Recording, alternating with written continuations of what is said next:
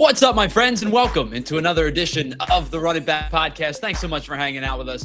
Tyler Zulli and Frank Klose back with you for another week of Phillies baseball as the Phillies look to conclude their West Coast trip this afternoon and look to do it in a winning way because they've already taken the series against the Colorado Rockies. They have a chance to take a series, which is something they never do in San Francisco against the Giants. After winning game one, they dropped game two last night. But they do have an opportunity at hand to finish this little mini, I don't even know if I call it a West Coast trip, just a Western, a Western trip. Because I don't know if I consider Colorado the West Coast or not, but they have a chance to do it at 4-2. And when you go out west or when Western teams come back east, if you can get out of there with a 4-2 record, I'll be honest with you, Frank, I don't think I can ask for much more than that, especially knowing how poorly they've played at Oracle Park over the last, basically 15 years. Yeah, I mean, quite frankly, if you think it's disruptive to stay up to watch these late games, imagine having to play them, right? Sure. Those trips, especially early in the season like this, they're very, very disruptive to routines and whatnot. So they're usually a little bit off when they go to the West Coast for series like this. So be nice to come out ahead on this particular one. So dating back to the Rockies series really quickly, I think they did what they needed to do. Did they sweep? They did not, but they took 2 out of 3. For as bad as they have played against the Giants, it's funny, it's almost equally as good as they have played against the Colorado Rockies over the last decade. Now, granted, the Rockies have been probably the worst team in baseball for the last 4 or 5 years, but the Phillies have had a ton of success against the Rockies and continue to do it. They are now I believe they are now 13-3 against the Rockies in their last 16 games. Game one, offensive explosion. I thought Aaron Nola pitched really well. Now it's easier to pitch with getting spotted 7 and 8 runs in the early portion because Lorenzen was terrible. But I thought Aaron Nola pitched really well on Friday afternoon. Attacked the zone, did a good job of going right after that Rockies team. Then in game 2, Jesus Luzardo might have been even better. And that time they needed him because they win 2-1. Then they lose the finale of the series. But all in all, that series, especially, the way that they played against the Rangers in the first series, stacking series is important. And, they've won the series against the Nationals. They won the series against the Rockies. They have a chance to win the series tonight against the Giants. And then you're looking at 3 consecutive series. And I know it's 12 games into the season, but 3 straight series victories is still 3 straight series victories. Yeah, you got to win them. I mean, especially the road ones are big. I remember way back in 2008, it was like, okay, well, if you can split the games on the road and then take care of business at home, you're golden. Well, getting those wins on the road, that makes up for a little blip here or there at home. And so yeah, this is overall, I think this is a pretty decent start. I mean, they're not railroading everybody and off to like a 9-1 start, but I think this is what you'd kind of want if you take a step back. I feel like Phillies fans hang on every little play, right? So Sure. Every pitch of Taijuan Walker and freak out accordingly. But overall, if you zoom back out, I think this is an overall decent start. So the Phillies now, as we said, they have a chance to take 3 consecutive series, and I'm just trying to get the number. I apologize. I believe that they are. I believe that they are 7-5. Is that correct? 6-5. And if you play that out percentage wise, that'll eventually get you to right about that 90-win plateau. And as you said, the idea of if you can tread water on the road, if you go 41-41 or 41-40 on the road, going 49 and 30, whatever it is, to get you to 90 wins at home, that's not that difficult of an ask, especially for a team, at least in the regular season, who has played really, really well at Citizens Bank Park over the last couple of years. Yeah, they surely do.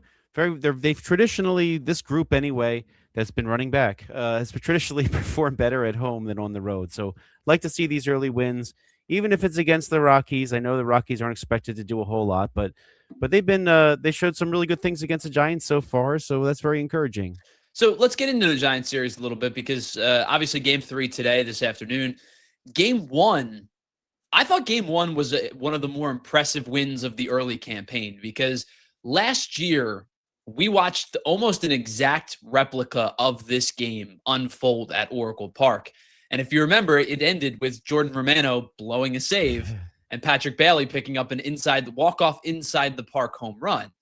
They won that game on Monday night. I don't think Andrew Painter was particularly sharp. His command wasn't nearly as good as it was in his first outing. It is what it is. It's a young kid, finding his way in the major leagues. I don't have any problem with him struggling a little bit. But the reality was the bullpen got asked to do a lot in the first game of that series, and they did it. And they pitched almost 5 innings of shutout baseball to win that game. The Phillies were down, I believe, 4-0 in that game, and come back to win that game and do it pretty convincingly. And that's a game that, with Romano last year, with a lesser bullpen in years past, not only do they lose that game, they might lose that game, 8-2, right? They give up more runs.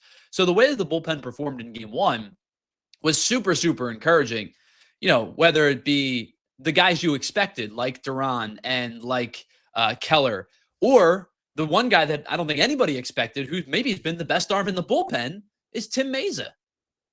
Yeah, and by the way, Jonathan Bolin too. I think that 5th inning was kind of what they got him for. So I think you can't say enough about that. I mean, the 4 runs seems like a lot, but it kept them close, right? Sure. I mean, 4 is not necessarily that close, but the fact that they were able to lock him down, and yeah, Tim Meza, man, what a story. Well, he was kind of not somebody that we projected to be on the roster.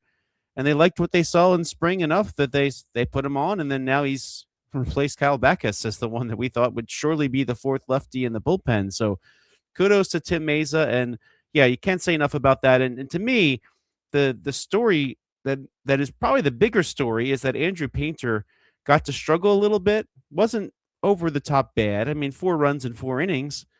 Probably wasn't feeling too great when he walked off the mound, did his post-game stuff, came back and onto the dugout and watched the rest of the game, and then watched the team back him up and take care of him. So yep. I think that does a lot for his confidence going forward, that this poorer start on the scale will not linger, because he's going to go into his next start feeling like, hey, my team's got my back, so I just need to focus on making as good a pitch as I can. Well, and I will say the one thing that I was kind of happy with. Now, I don't expect, again, as you said, it's a second start. I don't expect, confidence to be rattled or anything like that. But I give Rob Thompson and the Phillies a little bit of credit. Now, it could have been because the bullpen has been used quite a bit over the last couple of weeks.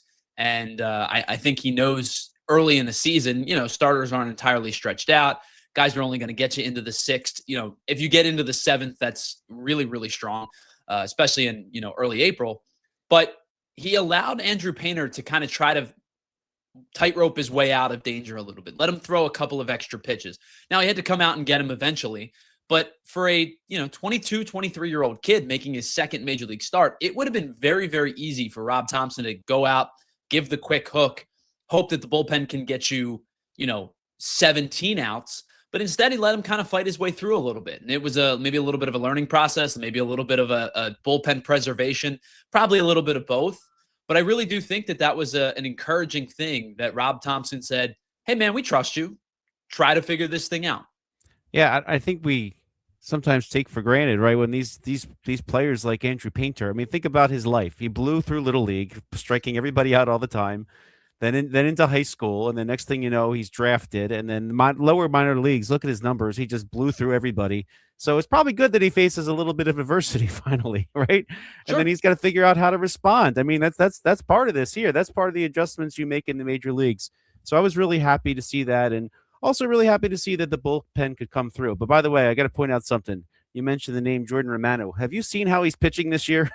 Honestly, I've almost intentionally out of sight, out of mind, Jordan Romano, but I would imagine by the way that you framed that question, he's pitching particularly well. 6 games, 0 runs, 4 saves, 7 strikeouts in 5 innings, whip of 0.4. You know what? Here's what I'll say. Good for you. That tends to seem to be, I'll be honest. I don't know if other fans have this happen the way that it feels like the Phillies have this happen, but good for him. But I'm going to say this, man, the Phillies bullpen this year, as has pitched so far and as I expect it to be for a majority of the season, I don't know if he'd make this team. Like the guy that's fair to say. Granted, they signed him for $10 million or whatever it was, $8.5 million. They're going to pay the guy to play. But like if you just stripped away the salary for a minute and said, hey, here's the stuff and here's the guy, I genuinely am not entirely sure Jordan Romano would have made this roster out of spring training this year. Yeah, very fair to say, but yeah, you're right. Good for him. And the weird thing about relievers is some of them are just back and forth, on, off. You never know when Yep. they're going to be on. so it's a little unpredictable. But if he was able to work everything out, yes, good for him. I often go to Real Cormier as an example. Like Real Cormier was your run-of-the-mill left-handed middle reliever. And then for 2 seasons, for whatever reason in his major league career, Real Cormier became an unhittable left-handed reliever. And they didn't happen consecutively, I don't believe. And they didn't happen, the backup season was not nearly as good.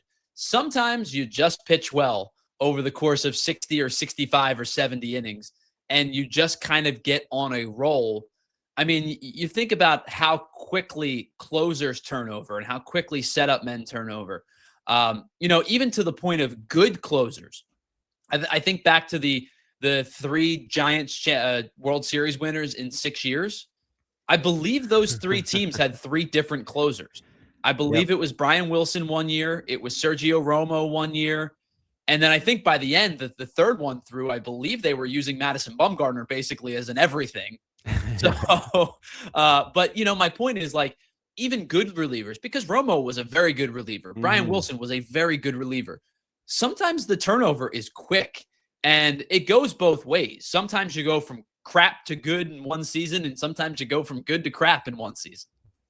Very, very, very true. And not many in this, especially this day and age. I mean, Kenley Jansen, for years with the Dodgers. You think of Billy Wagner for all the teams he played with. The Bradley. I mean, Craig Kimbrell for what it's worth. Yeah, very few like real big time closers anymore. Yeah.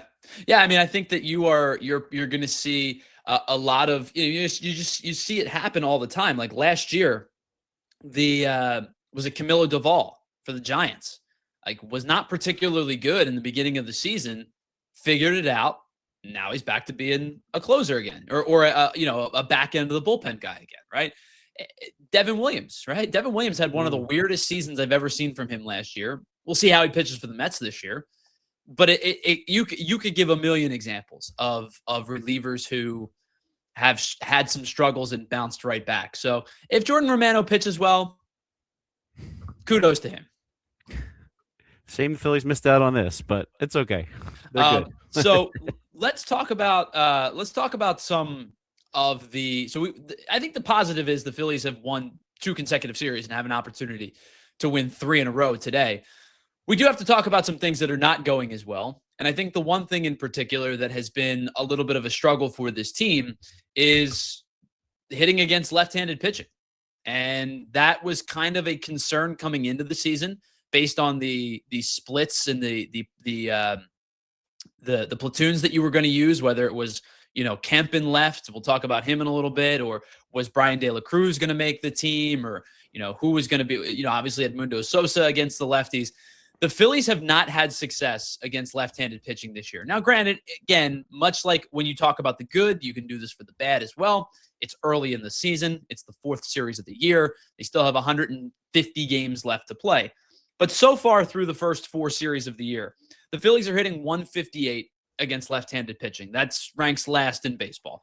They have a 268 on base percentage. That's 27th. A 242 slug. That's 29th. And a 510 OPS. That ranks 28th. To say that the Phillies are not hitting against lefties is probably an understatement. You saw it again yesterday. Robbie Ray, I will give him credit, a very difficult lefty to pick up. Crossbody, hides the ball well. It's a heavy sinker, even though he doesn't throw 97. He's 93 to 95, but it's a heavy sinker. Good slider. If he's in the zone, he's really hard to beat. Sometimes he gets a little effectively wild, but I think about a guy like Robbie Ray, kind of carved them up last night, and they really have struggled against lefties. Ray, Gore, Latz. Who else have they faced so far? The lefties. I mean, just those 3 kind of give you an example, but they've really struggled against left-handed pitching this year. Yeah, the lineup is not set for it, and I said this on the air ahead of yesterday's game. Like, I don't see them doing much against Robbie Ray. I mean, it's become very, very predictable. And to me, the real problem in this Phillies lineup in terms of what they've run back, and I hate to say it this way because he's been very good against righties, is Brandon Marsh. I mean, the fact that you need a platoon out of him, that you can't play him in center field. They need a left fielder who hits right-handed and plays every single day. I mean, I think that's the one thing that the Phillies absolutely need at this point because you just can't get the consistency. If you're committing to Brandon Marsh against righties and he does fantastically when he's in left field, fine, but you need an answer for when he doesn't play. And I think that's been the thing that they've really struggled to come up with. Yeah, but Brandon Marsh, the good of Brandon Marsh is undeniable, right? He's exceptional against right-handed pitching. The stat they keep bringing up is what the 3.0 something average again, since he's returned from play, after his 0 for April and his injury. And a majority of that has come against right-handed pitching. And the reality is that Brandon Marsh is an excellent hitter against right-handed pitching. And Brandon Marsh, to his credit, I think has done a really nice job of becoming a better two-strike hitter against right-handed pitching. I think his approach has changed. He's shortened his stride a little bit. He's shortened his approach to his pathway to the plate. And I think he's done a really nice job of becoming a better two-strike hitter against right-handed pitching. The other reality is he can't hit lefties. You see for several years in a row at or sub 200 batting averages against left-handed hitting or left-handed pitching. Now, I know it's a small sample size because they just don't let him play, but you have a guy who is a gold glove caliber defender in left. I don't know about center, but I think in left he can be a gold glove caliber defender and somebody who mashes right-handed pitching and is the king of BABIP, but he can only play against one side of the ball. And at some point, that's going to have to be addressed. Yeah, I mean, you like everything he's doing. But I don't think this is the right roster to carry somebody like him. I mean, he might fit perfectly with last year's Rob Refsnyder or something, but the Phillies roster. If you would have heard me talk this offseason, all I did was ask for Rob Refsnyder. Rob Refsnyder in the platoon and left, and a starter, some starter. Whether my ask was Zach Littell. But Refsnyder would have been the perfect fit for that. Yeah. That so if you have that and you're also not platooning another position like this maybe can work. But the fact that the Phillies just have just basically, I don't want to say the word concede because I know they're not conceding, but the roster construction, it almost is like every time they face a lefty, they just give up. You see the right-handed hitting sides of the platoons. Yeah, Sosa does things okay sometimes. Yes.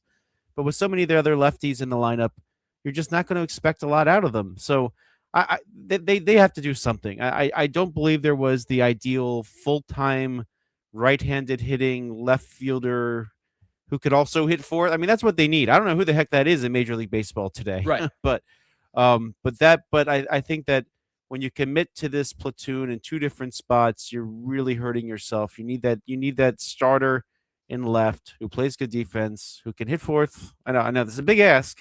You're asking a lot now. But they're just but that means that the lineup as a whole is just not set up for success against lefties. And they just can't take, especially when you get to the playoffs, you just can't take a game off against lefties. It's just not going to work. And that is kind of leading me into my next point where this is not all on Brandon Marsh. Now, I know Brandon Marsh needs to be individually better against left-handed pitching, and this could be solved. And I'm not asking him to hit 300 against left-handed pitching. But, I went back and tried to find it. Our buddy Phillies Tailgate posted this last night. 2025 hit 197, 2024 192, 2023 229, 2022 188. But the more concerning part is 3 of those 4 years, the slug was sub 300. So not only is he not hitting, but even when he is hitting, it's mostly singles. I'm not asking for 300. If he hit 240 against lefties, he would play every day. Quite frankly, if he hit 220 against lefties, he might play every day. That's kind of what the spot that they're in. So it's not entirely on Brandon Marsh. The other part of this is the options that you've provided, that you're trying to sell, has been Otto Kemp. And while I don't think Otto Kemp is undeserving of a major league roster spot, I don't believe Otto Kemp is the answer in a platoon when as many starters as teams can find they're gonna throw lefties against you. They just want to do that because of your two best hitters, Harper and Schwarber, being left-handed, because of Crawford being left-handed, because of Stott being left-handed, because of the fact you have a majority of your hitters that are left-handed, or at least a close to a majority of your hitters being left-handed. Otto Kemp is not the answer in left field either. And so while I don't believe that Brandon Marsh is going to get any kind of run against lefties, the improvement, and that's not going to come until, closer to July, the improvement to me would be in left field. Yeah. So enough about Brandon Marsh, because I think we agree that he's good in the platoon role, but what about Otto Kemp?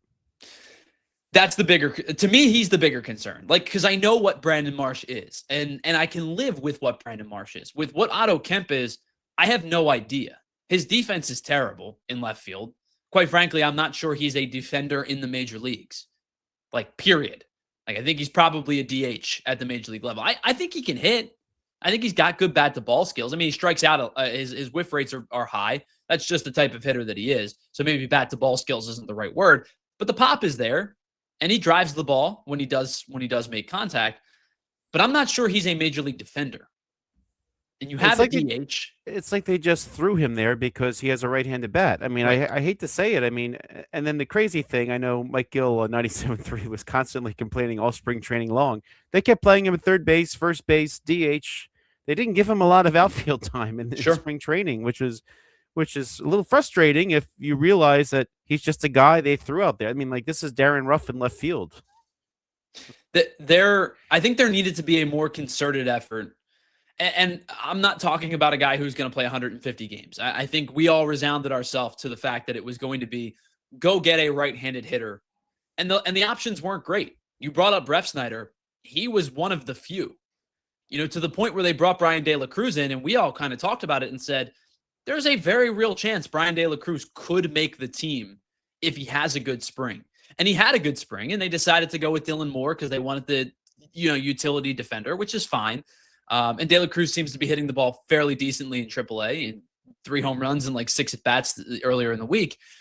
But even with Brian De La Cruz, you're talking about a guy who was not on a major league roster for majority of the year last year because he struck out at a 32 or 33% clip.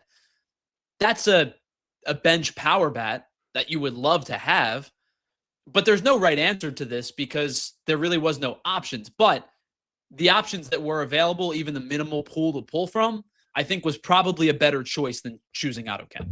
By the way, Refsnyder hitless so far this year. So, is he really? I mean, yeah, the opposite of Romano. So it's it's luck of the draw. I mean, there's a long time for Romano to pitch poorly and for back of the Refsnyder baseball card will rise. Yes, exactly. But it's funny how he's kind of hoisted up as the ideal righty platoon bat. But yeah, they've. It seemed like they were active looking around at other right-handed platoon bats, but I guess I don't know that. See, I actually disagree. I think anyone. I thought Refsnyder would be a good one, but beyond that, I don't think anybody else really stuck out as somebody who could be better than Kemp, or at least, or perhaps they thought of it this way: that if there was nothing that exciting, they should at least try Kemp first. Sure. Which is totally plausible. And I think that's probably the idea that they went with. If they didn't like anybody particularly, one person specifically, then that's probably the play that they went with. And, I think they're going to continue to give Kemp run. I don't think this is going to be a short-lived experiment. I think you're probably going to see it at least, if we're being honest with it, it's probably at least till the end of May, but it's probably longer than that.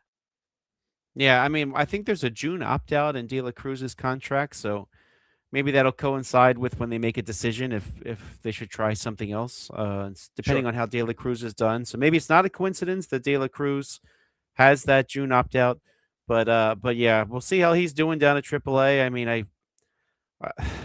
mean, it's not that exciting either, but again, this is my problem with 2 platoons on the roster, and when you have a full-time DH, then you need a Dylan Moore to play every position, and you lose that pop guy off the bench that Kemp could be. Sure. If you didn't have to burn all these roster spots. So Let's move on to the next conversation piece, which was the start from Cristopher Sanchez last night, and really kind of dating back to the last two starts. It's funny to what I'm about to say because this guy has a 1.65 ERA through his first three starts. He's that good. Cristopher Sanchez admitted last night that he doesn't feel 100%. Seems like he's fighting himself just a little bit. Now, I'm going to say right off the rip, I'm not concerned in the slightest. This guy is a legitimate bona fide Cy Young candidate, and he finished second in it last year. There's a very real chance he could win it this year, and if not this year, in the coming years. But when the guy himself in the press conference says, "Hey, I'm fighting myself a little bit. I'm not quite where I want to be," I think your antenna kind of peaks up a little bit because you saw it last night. The velo was down a little bit. He gave up a lot of hard contact early in the game. I thought that it was funny because he missed several times in the zone to Willy Adames, who took advantage. And then he missed out of the zone, and Matt Chapman decided he was just going to spray base hits into right field all night. But 11 hits is the most he's given up in several years. They kept talking about the 9 against Atlanta. He gave up 11 hits last night. Command wasn't as sharp as it typically is. Fastball velo was down a little bit. If you go through the first couple of starts, his average exit velocity is in the 20th percentile. He's getting barreled a little bit more than he did last year. He's at a 50% hard hit rate through the first three starts. Again, I'm not concerned whatsoever with Cristopher Sanchez, but I do think that he's feeling a little something right now that probably means he's not 100%. Yeah, of course, the World Baseball Classic conversation probably will come up as players say stuff like that. And, right. We've talked about the maybe making it in the middle of the summer. I know that's been thrown around. But yeah, I mean, think about the adrenaline that he had, what normally would have been like his ramp up third and fourth starts in spring training that he is exhibiting in the World Baseball Classic. Instead, it's like a meaningful, sure, do or die game. I mean, that kind of throws you off. So I don't know. I don't think there's an injury or anything, but I do like that he's still able to battle, even if he's not his best self. Some of the other numbers, like the 11 hits last night really skews this, but the whip is up to 1.35. It's going to come down. He's only thrown 16 and a third innings over the first, three starts. His strikeout numbers are still there. He's struck out 23 over 16 and a third. Like I know I've said this already, but like I genuinely have, unless he hits the IL at some point in the next couple of weeks, I have genuinely no concerns about one bad start. And I say bad, it was really just bad because you see 11 hits and your eyes kind of open up, but he was okay last night. And quite frankly, the defense cost him 2 runs. Yeah, that was really, I mean, of course the bats didn't do anything. I mean, if the bat had done something, they would have been, we wouldn't have even thought twice about Sanchez, right? I mean, it would have been, the story would have just been the defense. In fact, I still think the story is kind of the defense yesterday, but yeah, a lot of these starters, I mean, we saw Luzardo hit a little bump. I mean, this is the beginning of the year. I think it happens a lot. I mean, I don't think everybody comes out guns blazing after spring training, especially as they're just the way that they set it up. You pitch 2 innings, then 3 innings, then 4, then 5. The next thing you know, boom, here's the season. So I don't know that they're pitching enough in the spring. But I know they try to baby starters almost in spring training anymore, but I know back in the day, like the Cliff Lees of the world, their solution was to throw more. but yeah, maybe they just haven't thrown enough this spring. I mean, it's not just the Philly starters. You're seeing little blips across Major League Baseball like this. Yeah, and starters are only going 4 1/3. They're going 5. You see a couple of starters who have already hit the IL for significant stints. Cade Horton was the big one yesterday. Season-ending surgery coming up, and I don't think there's any fix to that, right? A UCL injury could pop up at any time. It could be a ramp-up period. It could be the 25th start of the year. UCL injuries could pop up any time. But, I do think with guys that throw as hard as they do now, I do wonder if the ramp-up period needs to be longer. Yeah, that's a big blow to the White Sox. Excuse me, the Cubs. Yeah. By the way, Cubs expected to dominate that NL Central. I mean, they just lost a major piece. Yeah, for sure. One final piece. Speaking of injuries, one final piece in Phillies notes, and then I got to ask you about something that happened last night across baseball. I don't know if you saw it. Aidan Miller has been. It's been kind of murky situation for Aidan Miller, who hit the IL in spring training and really has not been tasked with doing much. And I didn't even realize this. You said to me before the show started, he's not even swinging a bat yet. Has not picked up a bat. So yes, this is a little concerning. I mean, the back, gosh, the back is something you just can't mess with. I mean, I think that's why the Phillies are taking it slow. But I mean, we've seen time and time again throughout the history of baseball, the ones that can't get their back right, they just can't play. I mean, that's just it's just so essential to everything. And this is not like a leg injury that quickly heals and you're on your way. So I definitely think the level of concern is rising here, right? Because I mean, fans wanted him starting at third base this year. Some Sure. fans did, right? So, and I think the Phillies thought that maybe he'd be ready by next year. Like now, this is. I mean, still maybe, but this is a little concerning. Yeah, I certainly think so. And I mean, I think to me, my goal for Aidan Miller has always been some point in 2027, assuming there's a season, has been some point in 2027, because I think in a well structured Phillies offense, now this is saying put the rose colored glasses on and hope everything goes well. Alec Boehm playing well is a big boost to this team's success. I also believe that this is Alec Boehm's final season as a member of the Phillies. I think he's going to sign elsewhere in free agency next offseason. I think the easy way to go about this would have been Boehm is your third baseman. If Miller's ready out of camp, then so be it. But if he's not, bridge third until Miller is ready to go play. And then Aidan Miller at some point in 2027 is your close to everyday starting third baseman. Then you can tinker with how your infield's going to look, because after that, I believe Stott's up the following year. You think about when does Trey Turner move off of short? Is Aaron Escobar going to be an everyday shortstop, or is he a second baseman? You can start playing and tinkering with things. But the early solution to me was always some point in 2027 for Aidan Miller. Yeah, I'm with you there. In fact, I think Otto Kemp was the one they're thinking of as the bridge. In fact, Probably him going being to be Otto Kemp. yeah, him thrown in left field is probably their way of bridging to the bridge. But in fact, if they had traded Alec Boehm and they had spent the money in the outfield, I'm sure Otto Kemp would be your starting third baseman right now. So, I mean, Kemp's a useful piece to have around for that reason. But I think he is the bridge. But yeah, they have bigger questions too down the line. I mean, if Escobar can be your everyday second baseman, well, there's your replacement for Stott. Sure. And so, will Dante Nori, who's turned a lot of heads lately, again, he was a first-round draft pick. It's not like he's just someone out of nowhere. But if Dante Nori could also claim a spot in left field, I mean, then that would end that platoon stuff there with Kemp or whoever else, right?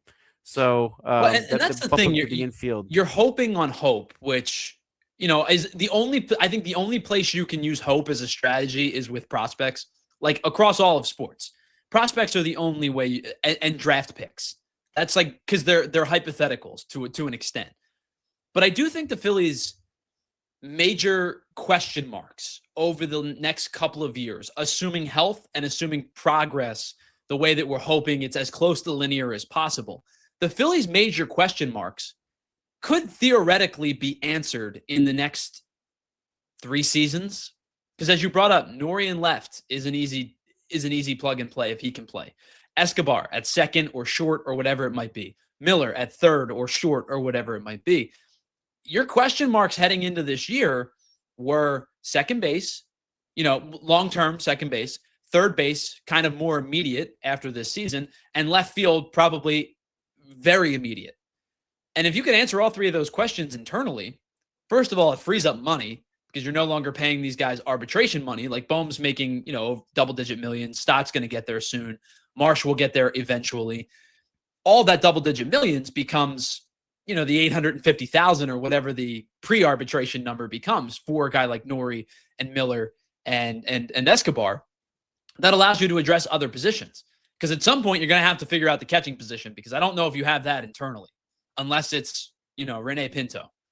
The AAA and he's hurt right there. Now. Yeah. So, I think at some point you can start allocating funds in different positions. And if those 3 guys are as good as you hope they are, that's an internal fix to a third of your lineup. That's a really good place to be. Yeah, and Aaron Escobar is a right-handed hitter, so that kind of helps maybe address some of the problems that we were talking about there. So, but yeah, you want to. And by the way, over the years, how many prospects have actually came up and claimed a position? I mean, that's true of any team, right? So, Yeah, for I sure. mean, they're just prospects until they prove they belong. So, I mean, Justin Crawford's the first in quite some time for the Phillies, yeah, then aside from you have to go pitching, back right? to Pitching's Bowman different. Stott. Yeah. Yeah, I mean, by the way, I think the Phillies farm. I know the Phillies farm system has gotten a bad rap, but I mean, look around their roster. I mean, how many came internally? I mean, I think, or they were able to trade for the Durants of the world. I think it's been pretty good. But It's significantly better than it was in the 2010s. I will certainly yeah, agree with that. well, that's easy. Um, But you don't hit on every single one. I mean, sometimes a prospect hits and they become a fine bench player. I mean, that's the reality of what a prospect is. my, my But thought they'll has have always money. been, especially when it comes to the draft, my thought has always been, even in the first round, with how crazy baseball is, if you get a major league player, that's good. That's a win. Yep. Like anything above that is bonus pool, right? Unless you're drafting the perennial, like if you're drafting Bryce Harper has to be a star.